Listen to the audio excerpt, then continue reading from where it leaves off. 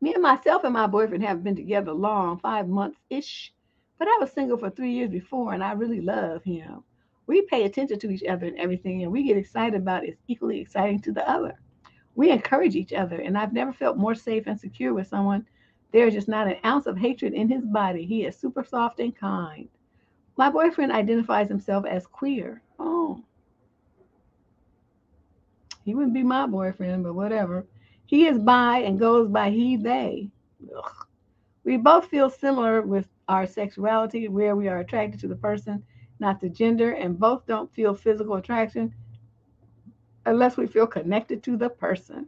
What frustrates me is how my boyfriend constantly talks about being hate crimes when it's never. Oh, he sounds stupid. When it's never happened. I'll suggest we go somewhere, and he will say things like, "Nah, someone will be homophobic to me." The thing I don't understand is that unless he was having an actual conversation about it with someone, there's no way anyone would know that he was queer. He looks and sounds like a stereotypical straight white man.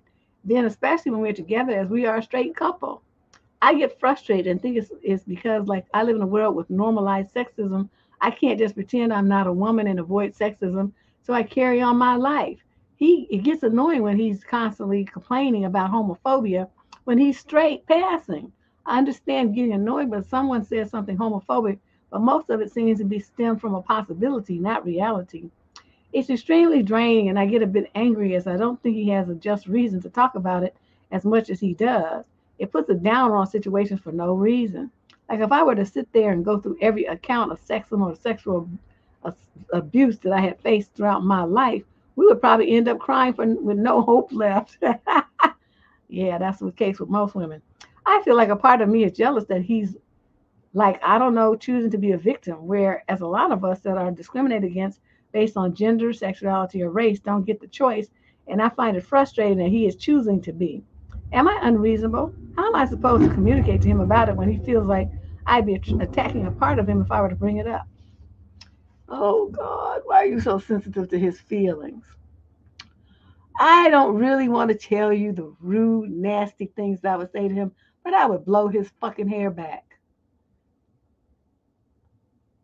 You know, there's nothing worse than a white man who appears straight to be sitting up there trying to play a fucking victim in a nation full of sexism and racism and generalized just hate for anybody whose skin is some color other than white.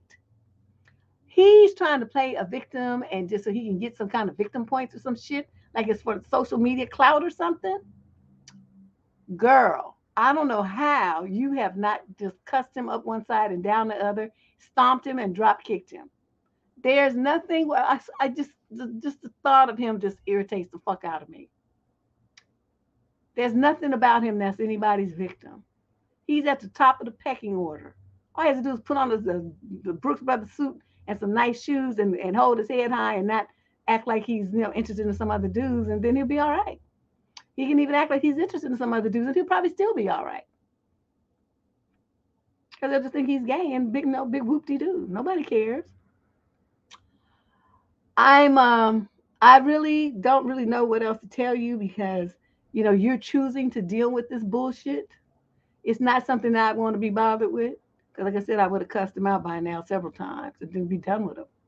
So you need to tell him though that a black woman on YouTube told him to suck it up, Buttercup, and stop acting like he's being victimized. And if he really want to be a victim, to come bring his ass over here and let me tie him up, and I will victimize the fuck out of him and send him home with cuts and bruises, so he can see what it feels like. I will treat him like his ass is named Kunta Kinte.